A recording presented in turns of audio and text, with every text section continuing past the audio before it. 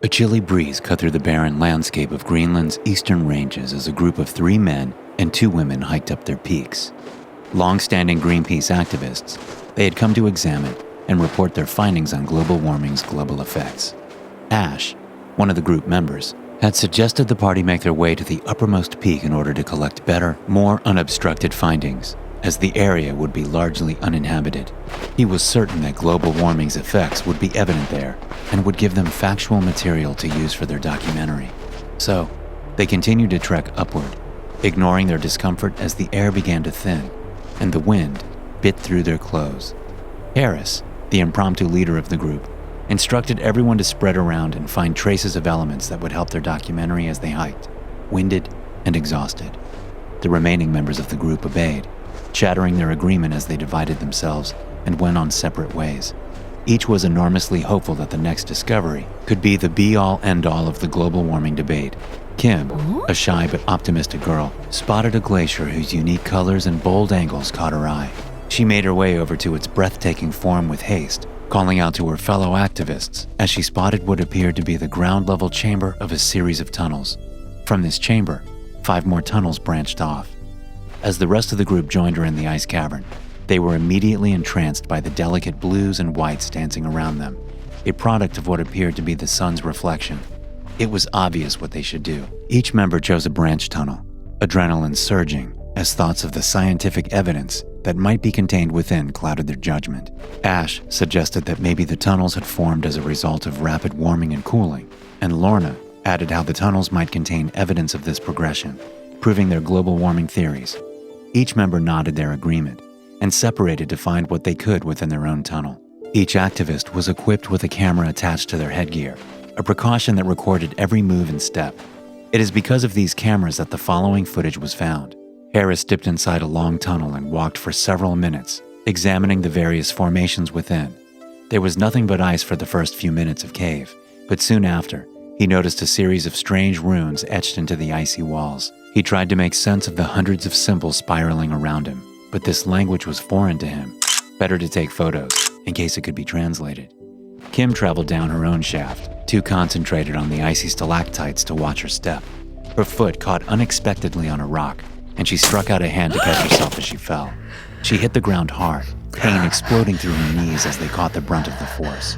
As she attempted to stand, however, she noticed her hand had been caught in a strange, thick slime. What is this, she wondered.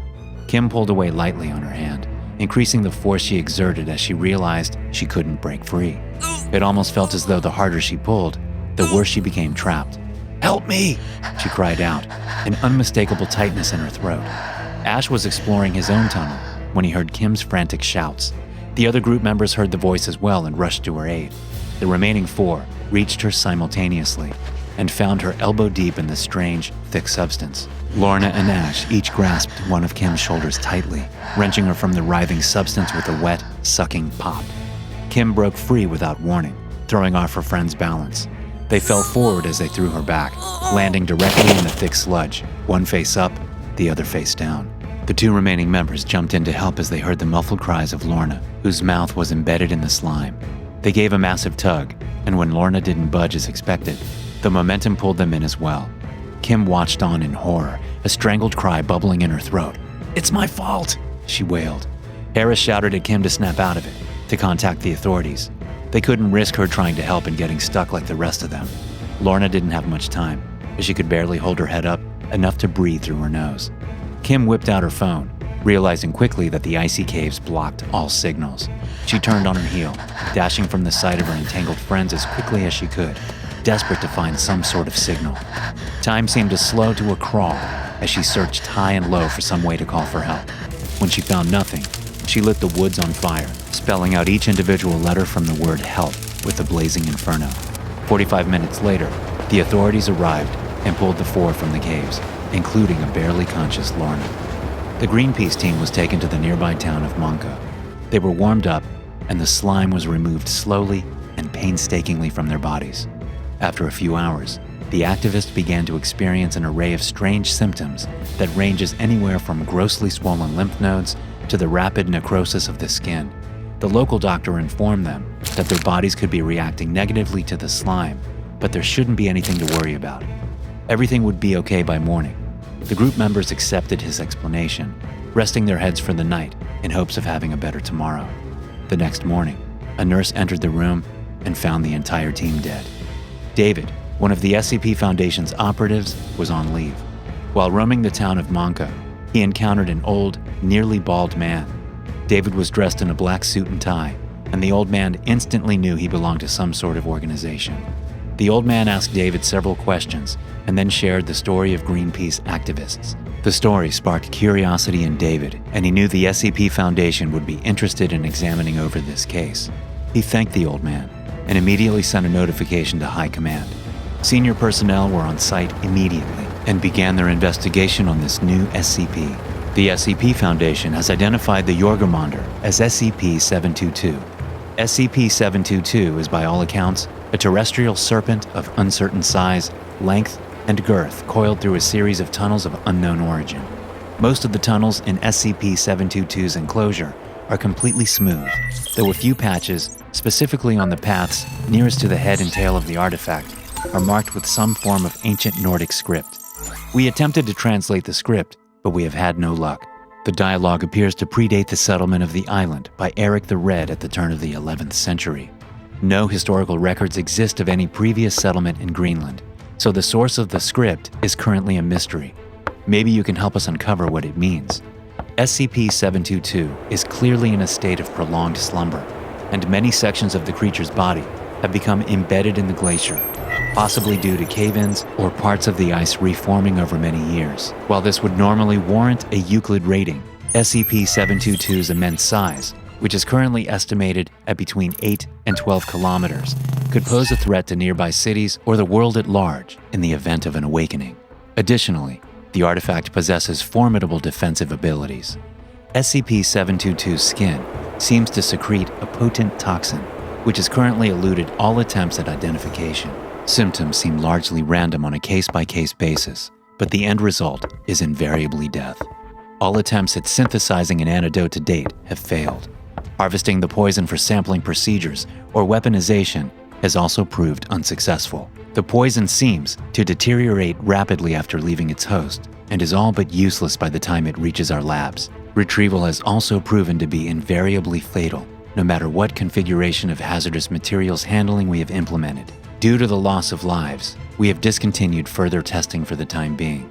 The research has shown that SCP-722's poison is not defensive in nature, but intended to be used as a weapon. Given the misting of the poison in the northernmost boundaries of the glacier and posthumous analyses of the affected, it can be concluded that the artifact breathes the poison in a slightly less potent but still invariably fatal form.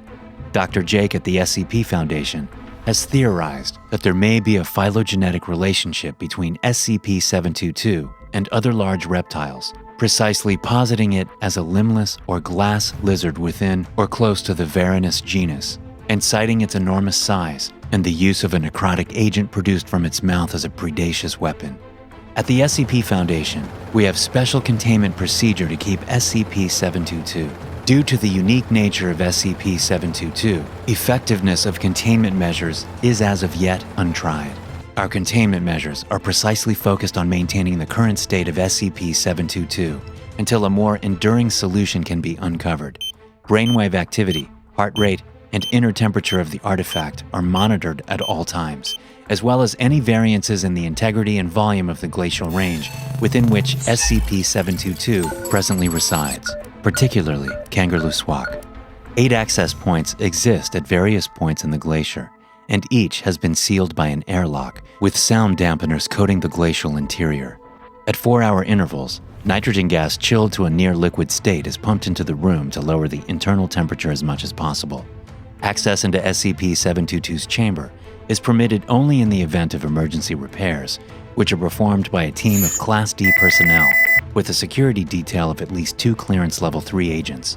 Anyone entering into SCP-722's chamber is outfitted with a suit of high-extremity polar wear and a set of night vision goggles as the interior chamber is unlit. Security personnel should be equipped with a silenced flechette pistol and take extreme caution in the event of its use. If any personnel involved in a maintenance process attempt to compromise the artifact in any way, They are terminated immediately regardless of security clearance. Security personnel report their status at 10-minute intervals. In the event of a lapse in reports, the interior chamber is to be flooded with nitrogen gas until no life forms are detected. All agents entering SCP-722's enclosure are advised to not make any attempt to touch the artifact, as it is tremendously volatile. The far extremities of SCP-722 are to be avoided at all costs. In the event of contact with the artifact, agents are advised to immediately exit the enclosure and report to the base medic for detox. For further updates on this SCP, subscribe to the channel. Share this video with your friends as well to help keep our organization funded so we can keep people like you safe from SCPs like this.